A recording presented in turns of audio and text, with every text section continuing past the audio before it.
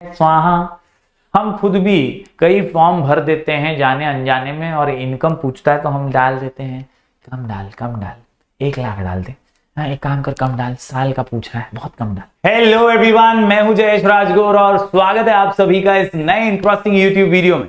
दोस्तों, हम पढ़ रहे हैं क्लास 12 का इकोनॉमिक्स न्यू सिलेबस और ये है चैप्टर नंबर 7 का एक और महत्वपूर्ण वीडियो। दोस्तों, पिछले वीडियो में हमने theoretical difficulties of measuring national income पढ़ा था। आज के इस वीडियो में हम प्रैक्टिकल डिफिकल्टीज को कवर करने वाले हैं। अगर आप इस चैनल पर नए हैं तो जरूर से सब्सक्राइब कीजिए, बेल आइकन दबाइए, क्योंकि यहां आपको लगातार ऐसी इंफॉर्मेटिव वीडियोस मिलते रहेंगे। दोस्तों, साथ ही साथ मैं आपको बता दूं, जरूर प्लेलिस्ट सेक्शन पे क्लिक कीजिए। वहां आपको ढेर सारी चैप्टर वाइज प्लेलिस्ट मिलेगी। इकोनॉमिक्स, ओसीएम, एसपी, आईटी की प्लेलिस्ट आपको मिलेगी। चैप्टर वाइज आप अपनी पढ़ाई को वहां से बूस्ट कर सकते हैं। साथ ही साथ दोस्तों, आप जरूर हमारे टेलीग्राम चैनल को ज्वाइन कीजिए। नाम है स्काई एजुकेशन ऑफिशियल, जहां पर हम आपके लिए रेगुलर पीडीएफ नोट्स और बहुत सारे आईएमपी क्वेश्चंस डालते रहेंगे। साथ ही साथ you can also download our app sky education from play store, जहां पर आपके लिए एक फ्री बैच चल रहा है। नाम है उसका सुपरस्टार बैच, जिसका बैच कोड है superstar 23 for all of you superstars. आप ही को करना है एग्जाम में चमत्कार। चलिए आज के इस वीडियो को शुरू करते हैं, जहां नेशनल इनकम के प्रैक्टिकल डिफिकल्टीज को समझ लेते हैं। दोस्तों, प्रैक्टिकल डिफिकल्टीज की जब बात करें तो नेशनल इनकम का थोड़ा सा रिकैप तो बनता है। दोस्तों, नेशनल इनकम मॉडर्न इकोनॉमी के तौर पर अगर हम देखें तो it is all about understanding that everything is in monetary terms, expressed in terms of money। हर चीज को आजकल पैसों से एक्सप्रेस किया जाता है। हम नेशनल इनकम को लीटर, केजी या डजन्स में नहीं एक्सप्रेस करते। It is always expressed in terms of money. ये एक मॉडर्न इकोनॉमी है। याद रखिए दोस्तों, in real terms it is all about the flow of goods and services produced in an economy during a year. पिछले मेरे सारे वीडियोस में नेशनल इनकम के कॉमन इंट्रो मैंने रखा है। आप सभी से गुजारिश है कि आप भी जब लिखें तो आप ये इंट्रोडक्शन को जरूर फॉलो करें। इससे आपके आंसर की पैकेजिंग ओवरऑल अच्छी बनेगी, तो जरूर इसको फॉलो कीजिएगा। Modern economy is money economy and thus national income is expressed in terms of money. Similarly दोस्तों, आपको दूसरी चीज ये भी लिखनी है यहाँ पर कि in real terms national income क्या है, तो it is flow of goods and services. It is flow of goods and services. It is flow of goods and services in an economy during a year. बढ़ते हैं आगे दोस्तों। आज के concept की बात करें तो जैसा कि आप जानते हैं, हमने 3 मेथड्स तो पढ़े ही थे। आउटपुट मेथड हमने पढ़ा था, हमने इनकम मेथड पढ़ा था और एक्सपेंडिचर मेथड पढ़ा था। इन 3 मेथड्स के जरिए हम नेशनल इनकम का कैलकुलेशन तो करते हैं, लेकिन एक्चुअल में जब ग्राउंड पे जाते हैं और नेशनल इनकम का कैलकुलेशन करते हैं, वैल्यूएशन करते हैं, चीजों की तुलना करते हैं, एडिशन करते हैं, तब कई मुश्किलातों का सामना करना पड़ता है। कई प्रैक्टिकल डिफिकल्टीज हमारे सामने आती हैं। आज का हमारा मुद्दा यही है कि हम कैसे इन प्रैक्टिकल डिफिकल्टीज को पढ़ेंगे और समझेंगे। जी हां, practical difficulties in measuring national income, इसको स्टैटिस्टिकल डिफिकल्टीज भी कहते हैं। और आंसर जो है कुल मिलाकर के 8 पॉइंट का है और आंसर का नाम VIP CID, VIP CID, VIP CID, VIP CID. जी हां दोस्तों, वी से वैल्यूएशन ऑफ इन्वेंट्रीज, आई से इलिटरेसी एंड इग्नोरेंस, P से problem of double counting, C से कैपिटल गेन्स और लॉसेस, I से inadequate and unreliable data. CID के अंदर 2 D आपको दिखाई देंगे। D से डेप्रिसिएशन, D से difficulties in classification of working population और आखिर में existence of non monetise sector. बोले तो वीआईपी सीआईडी, वीआईपी सीआईडी। ये आसान सा आंसर है प्रैक्टिकल डिफिकल्टीज को दिमाग में फिट करने के लिए। प्रैक्टिकल डिफिकल्टीज वो स्टैटिस्टिकल डिफिकल्टीज होती हैं जो एक्चुअल में ग्राउंड पर देखी जाती है। थियोरेटिकल डिफिकल्टीज ये कॉन्सेप्चुअल हुआ करती हैं, लेकिन ये जो है डिफिकल्टीज ये एक्चुअल में ऑन फील्ड महसूस की जाती हैं। चलिए एक एक करके सभी जो डिफिकल्टीज हैं उन पर नजर डालते हैं और बारीकी से उन्हें समझ लेते हैं। सबसे पहले डिफिकल्टी की यहां बात करूं तो पहला डिफिकल्टी निकल करके आता है about valuation of inventories. Valuation of inventories, जो इंटरमीडिएट गुड्स हैं, जो रॉ मटेरियल्स, इनकी वैल्यूएशन का क्या। हम फिनिश्ड गुड्स की वैल्यू ले रहे हैं, हम फिनिश्ड गुड्स को कंसिडर कर रहे हैं। जब हम इनकी वैल्यू कंसिडर कर रहे होते हैं तो याद रखिए कि ये जो रॉ मटेरियल है या सेमी फिनिश्ड गुड्स हैं या फिनिश्ड प्रोडक्ट्स हैं, इनका भी तो कुछ होता है। In the stock of the producers they are known as inventories, they are known as inventories, they are known as inventories, they are known as inventories. Any mistake in measuring the value of inventory will distort the value of the final production of the producer. यानी अगर आपने value added approach से इन inventories की value को ही गलत नाप लिया, इन inventories की वैल्यू को ही गलत तोल लिया, तो कहीं ना कहीं दोस्तों ये हो सकता है कि आपका फाइनल वैल्यू ही गलत आ जाए और इससे नेशनल इनकम के कैलकुलेशन में गड़बड़ हो जाए। So valuation of inventory should be done with utmost care. It requires careful assessment. कैसा असेसमेंट? Careful assessment. कैसा असेसमेंट? Careful assessment. उम्मीद करता हूं दोस्तों आपको कॉन्सेप्ट क्लियर हुआ होगा।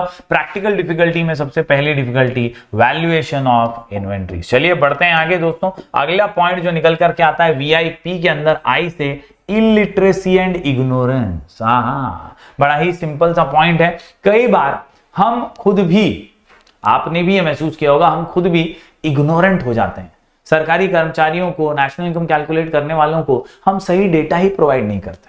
कई बार अनपढ़ लोग जो होते हैं, इलिटरेट जो लोग होते हैं, उनको उतनी समझ नहीं होती कि ये डेटा कितना जरूरी है और इसीलिए वो भी इसे इग्नोर कर देते हैं। तो इलिटरेसी एक डेवलपिंग कंट्री में और इग्नोरेंट नेचर इंसान का जो है वो भी एक बड़ी प्रैक्टिकल डिफिकल्टी बन करके सामने आता है। Due to ignorance and illiteracy, ये जो छोटे व्यापारी हैं, small producers, do not keep an account of their production. कोई हिसाब किताब है ही नहीं, एक हाथ दे एक हाथ ले, बस पैसा आया पैसा गया, पैसा आया पैसा गया। कोई अकाउंट थोड़ी मेंटेन करता है, छोटा व्यापारी है। So they can not give information about the quantity और वैल्यू ऑफ देयर आउटपुट। अपने आउटपुट की क्वांटिटी और वैल्यू का कोई एग्जैक्ट निचोड़ मिल ही नहीं पाता। बात करते हैं दोस्तों आगे प्रॉब्लम ऑफ डबल काउंटिंग। क्या? Problem of double counting.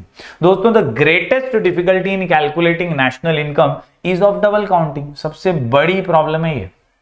VIP का पी क्या है? Problem of double counting. Problem of double counting. एक ही वस्तु को दो बार काउंट कर लेना, डबल काउंटिंग की प्रॉब्लम। याद रखिए यह प्रॉब्लम सबसे मेन प्रॉब्लम है।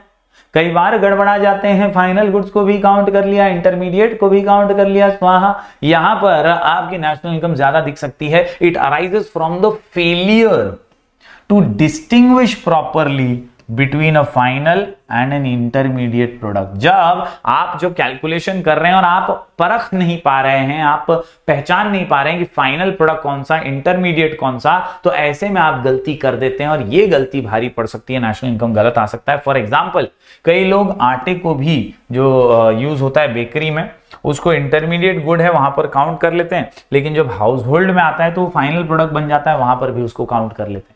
तो कई बार एक बाम तीन काम झंडू बाम हो जाता है और अपना काम तमाम हो जाता है। नेशनल इनकम में कंफ्यूजन जरूर आता है और यही है practical difficulty in national income, problem of double counting. उम्मीद करता हूं दोस्तों वीआईपी आप समझे होंगे। चलिए बढ़ते हैं आगे वीआईपी सीआईडी की ओर। सी से आता है कैपिटल गेन्स और लॉसेस। बड़ा ही जबरदस्त पॉइंट है।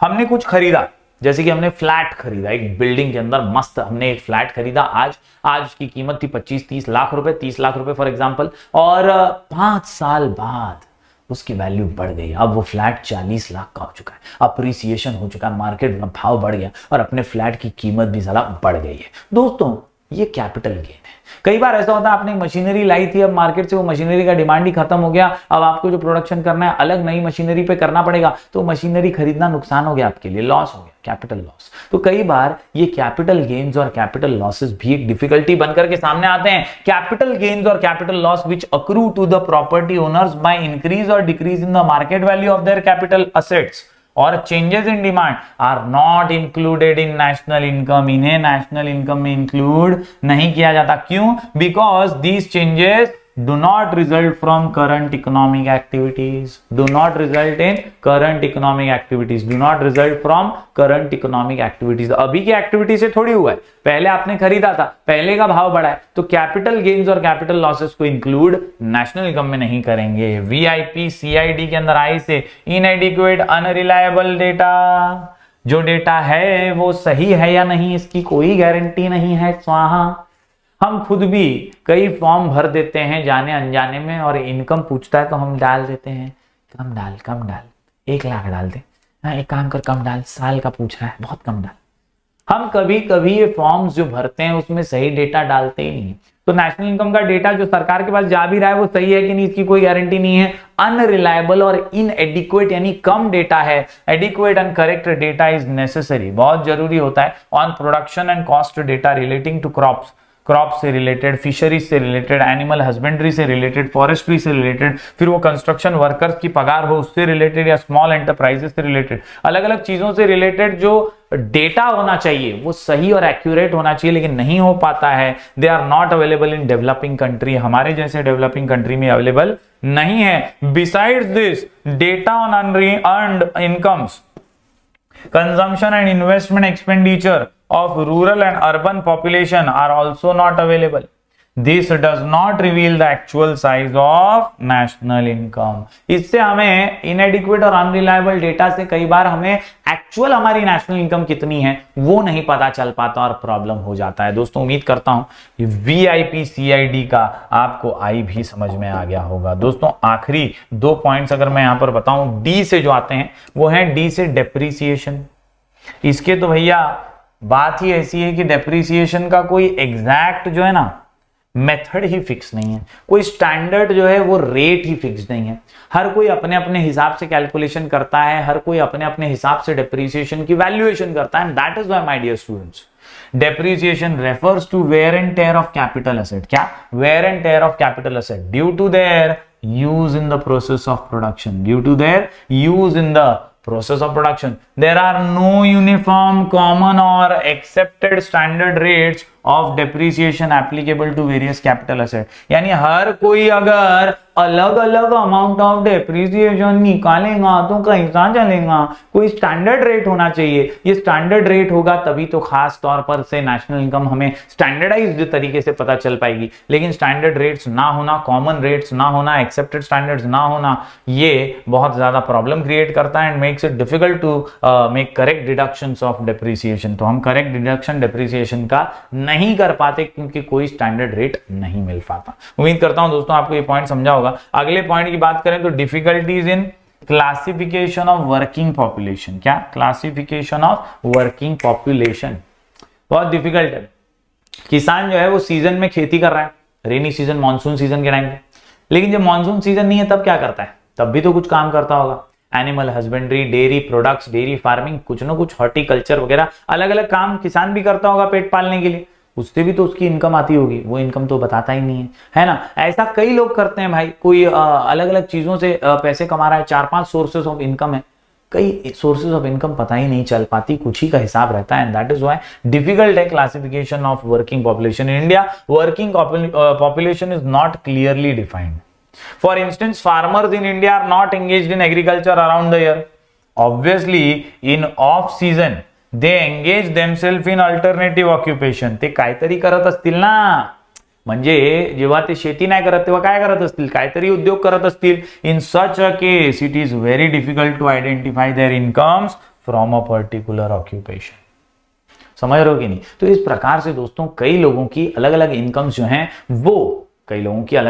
जो हैं वो आइडेंटिफाई नहीं हो पाती। ये एक बड़ा डिफिकल्टी प्रैक्टिकल सामने आता है। उम्मीद करता हूं दोस्तों आपको कॉन्सेप्ट समझ रहे होंगे। VIP CID E के अंदर E से आता है existence of non monetized sector. आज भी ऐसा सेक्टर है जो कि नॉन मोनेटाइज्ड है। कैसा है? नॉन मोनेटाइज्ड है। कैसा है? नॉन मोनेटाइज्ड है। दोस्तों ये सेक्टर की खासियत क्या है? ये सेक्टर की खासियत है कि यहाँ पर बस बार्टर सिस्टम चल रहा है।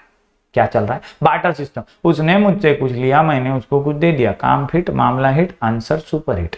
मतलब हम क्या कर रहे हैं? गुड्स के बदले में गुड्स का लेन देन कर रहे हैं, फ्री एक्सचेंज कर रहे हैं। यहाँ पर पैसे का एक्सचेंज नहीं है। आज भी in India, specially in rural areas, there exist the non monetized sector. Agriculture के अंदर it still being in the nature of subsistence farming, a major part of production is partly exchanged for other goods and services. It is excluded while counting national income. यानी कई बार ये जो free exchange है इसको हमें national income से exclude करना पड़ जाता है। तो ये नॉन मोनेटाइज सेक्टर अगर इसके बेचे जाता मार्केट में तो इसके पैसे मिलते तो नेशनल इनकम में ऐड होता, लेकिन क्योंकि ये नॉन मोनेटाइज रह गया इसका नेशनल इनकम में कोई समावेश नहीं हुआ। उम्मीद करता हूं दोस्तों सारे पॉइंट्स, 8 पॉइंट्स आपको समझ में आ गए होंगे। क्वेश्चन का नाम है प्रैक्टिकल डिफिकल्टीज। कौन सी डिफिकल्टीज? Practical difficulties. आंसर का नाम VIP CID।